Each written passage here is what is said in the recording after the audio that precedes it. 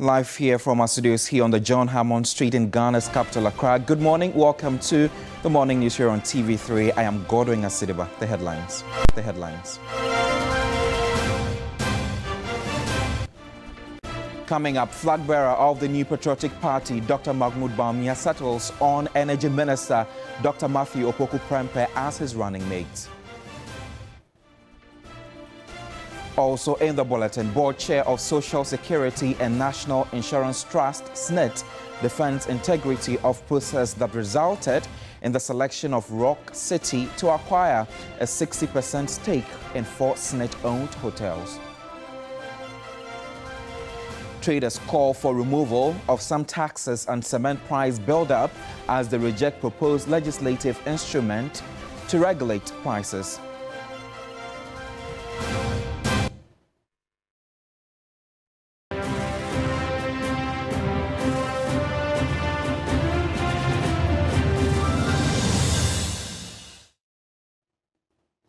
Welcome to your Election Command Center. The bulletin is also live on DSTV channel 279.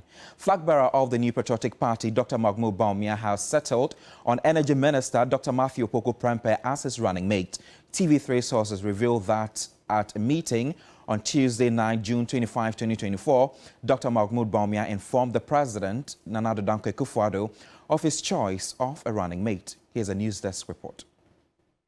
In presenting Dr Matthew Opoku-Prempeh, popularly known as Napo, to the President, the NPP flagbearer Dr Mahamudu Bawumia is said to have noted that the chosen candidate is a 56-year-old medical doctor who was first elected Member of Parliament in 2008 and has since been re-elected in 2012, 2016 and 2020. Dr Matthew Opoku-Prempeh has served on the Health, Appointment and Defence and Interior Committees of Parliament. He was appointed as Education Minister in 2017 when President Akufo-Addo first constituted his government, overseeing the implementation of the government's flagship free senior high school policy. President Akufo-Addo, after re-election as President in 2021, named Dr Matthew Opoku-Prempeh as Minister of Energy. Last week, a report by the National Intelligence Bureau revealed that the Minister of Energy and Member of Parliament for Menchia South is the preferred candidate among party members to be a running mate to Dr Mahamudu Bawumia. The choice of the Energy Minister, the report added, will potentially foster party unity, particularly in the Ashanti region, a stronghold of the new Patriotic Party. His selection will complete the new Patriotic Party's ticket going into the crucial December 7 general election as the NPP attempts to break the 8. From the camp of the opposition, General Secretary of the National Democratic Congress, Fifi Fiavikwete, says his party is not perturbed about the likely naming of Energy Minister Dr Matthew Opoku-Prempeh as running mate for the new Patriotic Party. What is spectacular about Matthew Opoku-Prempeh? He's been in charge of the energy sector. He has not even got the honor and the capacity to accept that we have an energy crisis. Is that not a massive, what you call, absence of principles? If you have an individual who simply hasn't got the courage to tell the truth, joining a flagbearer who himself is known for what you call perpetual deception and lies, we're talking about a team that is simply not known for honor. So I don't understand why anybody will panic over that. And it's not also an issue of tribe. No, but you the cannot, people in you Ashanti, cannot, hang on, you cannot deny his ability to, garner the kind of support the NPP needs in the Ashanti region at the moment. Do you actually think that the people in Ashanti region are not feeling what I call the massive suffering that is going on in this country? Their businesses are not collapsing. I mean, their suffering has not been exacerbated. I think we should actually credit the people of Ashanti region, just as we should credit everybody in this country, that they absolutely know what is going on in Ghana. So simply because you've chosen somebody who is coming from Ashanti does not take away what they've gone through over the last 8 years. Mm-hmm. The massive suffering, the massive breakdown, in law and order, the massive disappointment, they also are feeling it. They are going to the market like everybody else. So I don't think at all we need to think that way. After, if it were as simple as that, then President Kwadwo would not have lost the election because he was an Ashanti, he was a flag bearer, but he lost.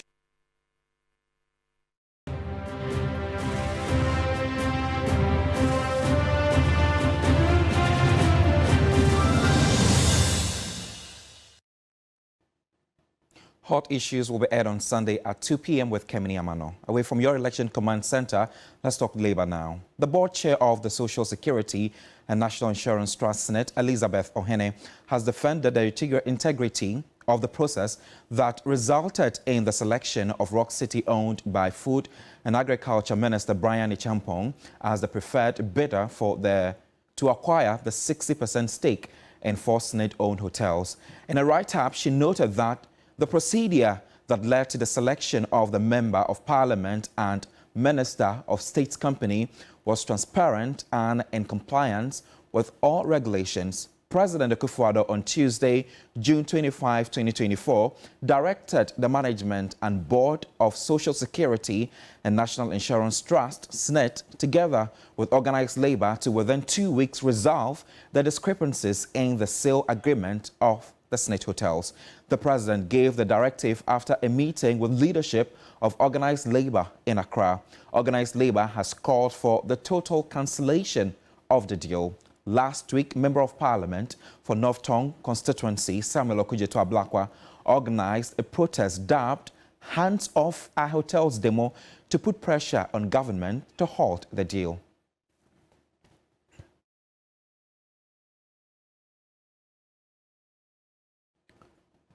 Meanwhile, organized labor says it will not change its stand in opposition to the sale of the 4 hotels belonging to the Special Security and National Insurance Trust SNIT. Spokesperson of the Trades Union Congress, TUC, on the SNIT board, Na Ayele Adaflo Secretary, spoke on News 360. So I believe that it's not new to say that organized labor says that there must not be any sale of this hotel. And yesterday's meeting was not conclusive. So, so far there is no new information to give. So that's what it is. I mean, the meeting didn't come to any, didn't agree on anything except for the parties, and Smith was also there, by the way, to go back and look at their own issues. And the president wanted the board to resolve the issue, but then organized labor stance hasn't changed. Organized labor doesn't want any sale of Smith hotels. And for organized labor, that's just the point. Manufacturers of cement and dealers say the move by the Trade and Industry Minister to introduce a legislative instrument in Parliament to regulate the price of cement will not wash. Chief Executive Officer of the Chamber of Cement Manufacturers Ghana, Dr. George Dawson Amwa, in an interview with TV3 says government should rather engage stakeholders and work on establishing the city as the major contributing factor, to the price hikes in the country. Prices of cement have gone up in recent times and continue to fluctuate on a daily basis. The Trade and Industry Minister recently asked manufacturers not to increase prices, but that was resisted. On Tuesday, a move by the Trade and Industry Minister to lay a proposed legislative instrument in Parliament could not materialize as the Deputy Minority Leader insisted on a pre-laying. The Speaker subsequently referred it to the Subsidiary Legislation Committee. You cannot discuss cement prices without the cement manufacturers. They have petitioned Parliament to decline this airline. This very particular instance, everyone is aware that the cedi is fast depreciating against the foreign currencies, especially US dollars. Cement production hinges on importation of raw materials. There's one particular raw material you can't find in Ghana, and that's called clinker. And that constitutes the major component in the production of cement. The Chief Executive Officer of the Chamber of Cement Manufacturers, Dr. George Dawson Amoah, urged government to engage stakeholders instead to fully understand the reasons for the price hikes. He says until the cedi is stabilized, it will be difficult to have moderate pricing for the commodity. Meanwhile, patrons of the commodity want the prices regulated. That about 1/3 of the taxes and levies that goes into cement production comes from the government. So I'm very, very sure, which the minister knows, because he's been a certain minister for some time. And we really have even an MOU with him. So he knows what the cement industry is going through. How do we stabilize it? Rather than to rush to parliament to seek LI to regulate cement prices. It won't work. Meanwhile, patrons of the commodity want the prices regulated. For the government to regulate how things will go on, because we are suffering. Like, let's say you are going to buy cement today, you go different price, another day different price. So it's not helping us. Even me like this, I'm now coming up. By the time I will grow and I said I want to go and buy cement, how would I be able to buy if things are going on like that? The government make my price need to one scheme my bed. The price keeps fluctuating. Government should intervene. Also, what the parliament no reduce cement no so. But 95. But me chamber can say 70 cedis. Maybe also almost see cement. There should be a law. Just today, I am told a bag of cement is 95 cedis. The Minister for Trade and Industry, Katie Hammond, has taken a swipe at the CEO of the Chamber of Cement Manufacturers Ghana, Dr. George Dawson Amoah, over a petition to Parliament to reject a proposed legislative instrument to regulate the pricing of cement in the country.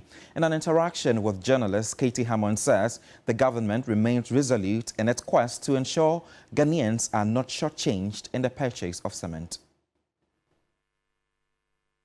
People of those who have established these factories, you are not careful. I mean, that's its market operation. They want maximization of profit. They would want to maximize profit as much as they want. We think that it is not good for the health of the entire country if a select group of people decide that they will make the system for what it's worth. Is that a bad suggestion? And so today I have received a copy of a petition written by the Association of Ghana Cement Manufacturing, whatever. Pretty insulting. Dr. Amoah Dawson, he writes to Parliament, tells the Parliament to order me to take back my document and to consult with him, and that what I'd done was not respectful or something, because I hadn't told him. You know, sometimes you got to be careful when some of these things come about. But he's a PhD, he's a doctor, so reading and comprehension shouldn't be a problem for him. He should go and read the Constitution. Asante Hinotumfo Setu II has charged the Ministry of Health to complete ongoing health infrastructure projects and operationalize them. He observed most health projects are yet to be completed. Meanwhile, shortcuts has been done on these buildings that are supposed to be built. Otumfo expects government to tackle the project one after the other to expand access to quality health care in the country. The Ashanti made those remarks when the Minister of Health paid a courtesy call on him as part of his 3-day working visit in the Ashanti region.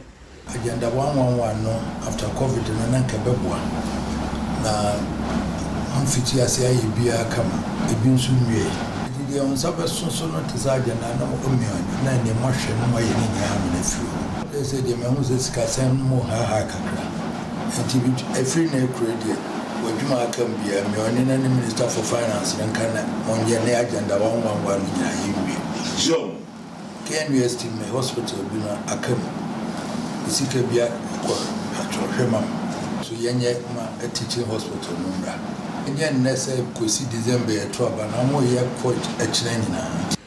Dr. Bernard Okoboy gave assurance to the Asantini of his ministry's resolve to bridge the health infrastructure gap in the country by completing all health projects.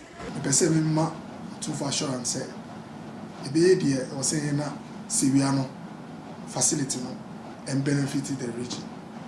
And lastly, so no, President said, Mima Otunfo Assurance said, Confanoche, big project now started mother and child, 500 beds. And your challenges kakra with debt servicing. And tina a horti kakra. Banyamia dum debt servicing. The health minister also inspected progress of work on the 500-bed capacity maternity and children block at the Confanoche Teaching Hospital. The project, expected to be completed in May 2023, has suffered delays owing to financial constraints. The contractors have, however, given an indication that the project will be completed and handed over in 2025. Dr. Okoboy refuted claims that government has sidelined Ashanti region in the provision of health infrastructure. This is interesting, especially when I've heard some people create the impression that Ashanti region that is known to have a lot of love for this government has been abandoned.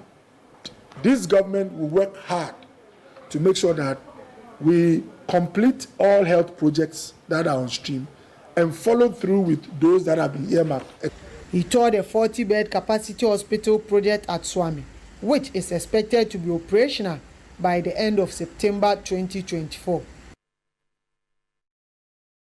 Still on health this morning, discussions on disease elimination and eradication has re-emerged as Noguchi Memorial Institute for Medical Research is hosting a week-long course bringing together health professionals from 9 countries across the globe on disease elimination and eradication.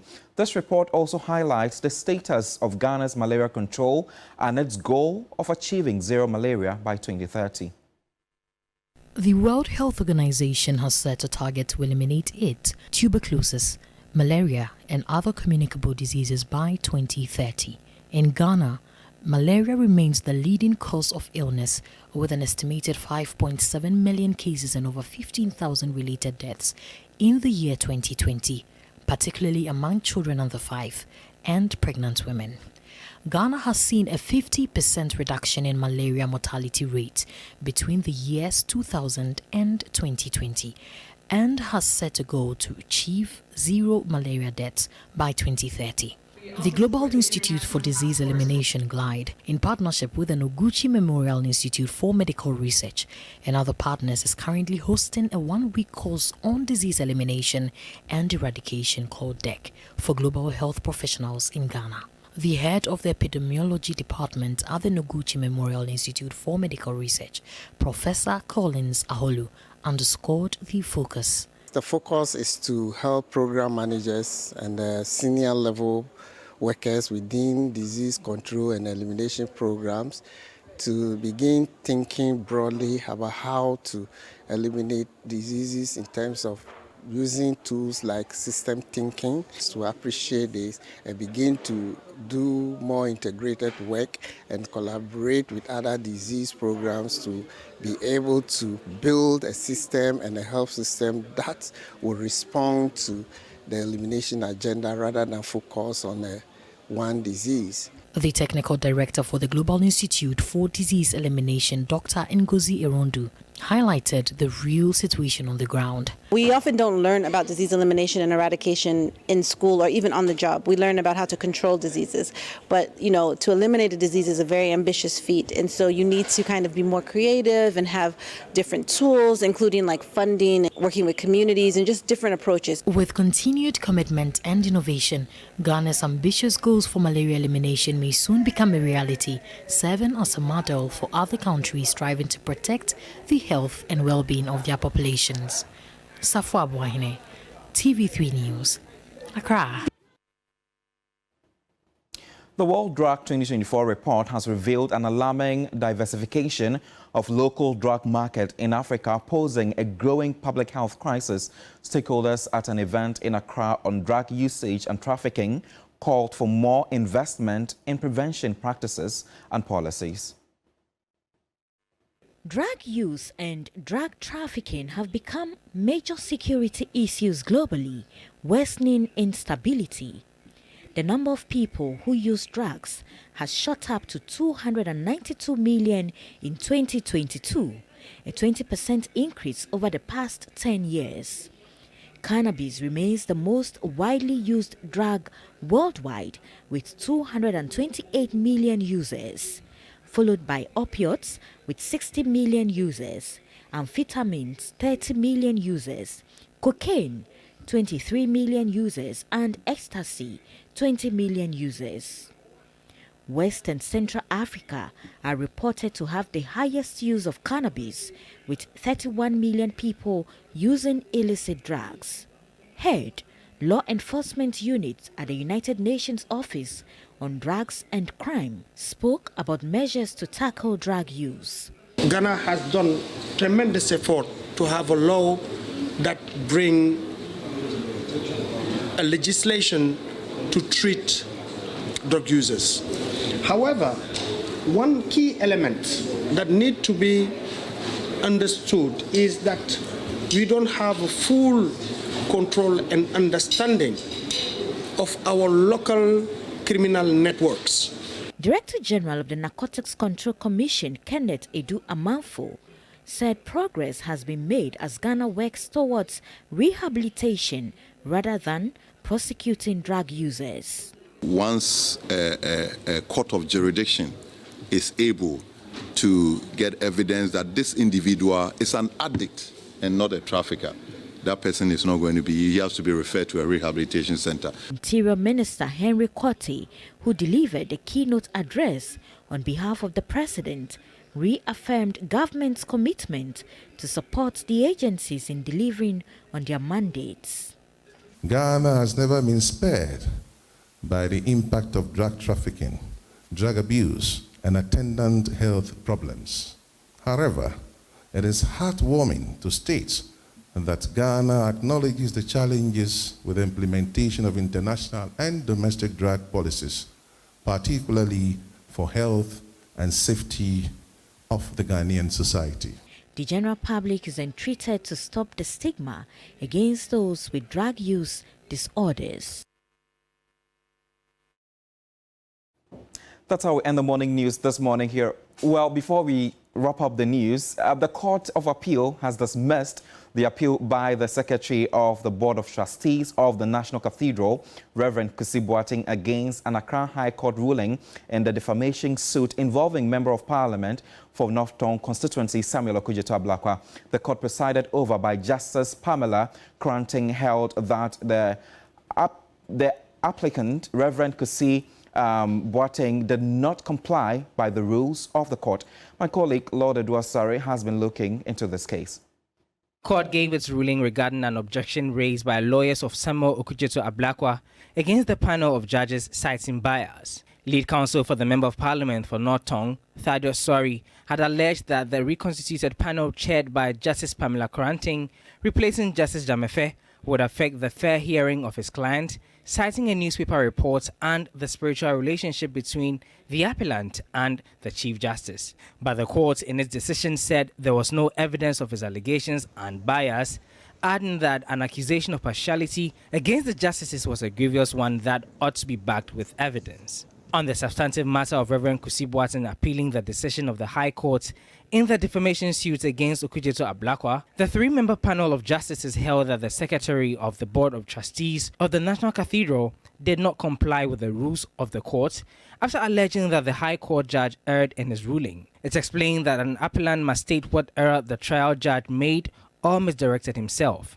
which he failed to do. The court then struck out the appeal and awarded a cost of 3,000 Ghana cedis against Reverend Kusi Boateng. The MP for North Tongue, Samuel Okudzeto Ablakwa, reacted to the decision of the court. This is the only country where somebody who has engaged in a double identity scam will be wasting the time of members of parliament who are carrying out their constitutional mandate of oversight. That's all we are doing. That's all we are doing. And is this a fair price to pay for carrying out your constitutional mandate? And have you noticed that he never comes to court? And he keeps filing appeals upon appeals upon appeals when the matters are very clear. This is the third failed attempt by the Secretary of the Board of Trustees for National Cathedral Reverend Kusi Boateng, known in other circles as Kwabna Edu Jemfi, to restrain the Member of Parliament for North Tongue, Samuel Okudzeto Ablakwa. He, however, has an outstanding appeal regarding the Human Rights High Court's decision on the same matter. We'll see how the coming days will look like. Lodi Dwasari, TV3 News, Supreme Court, Accra.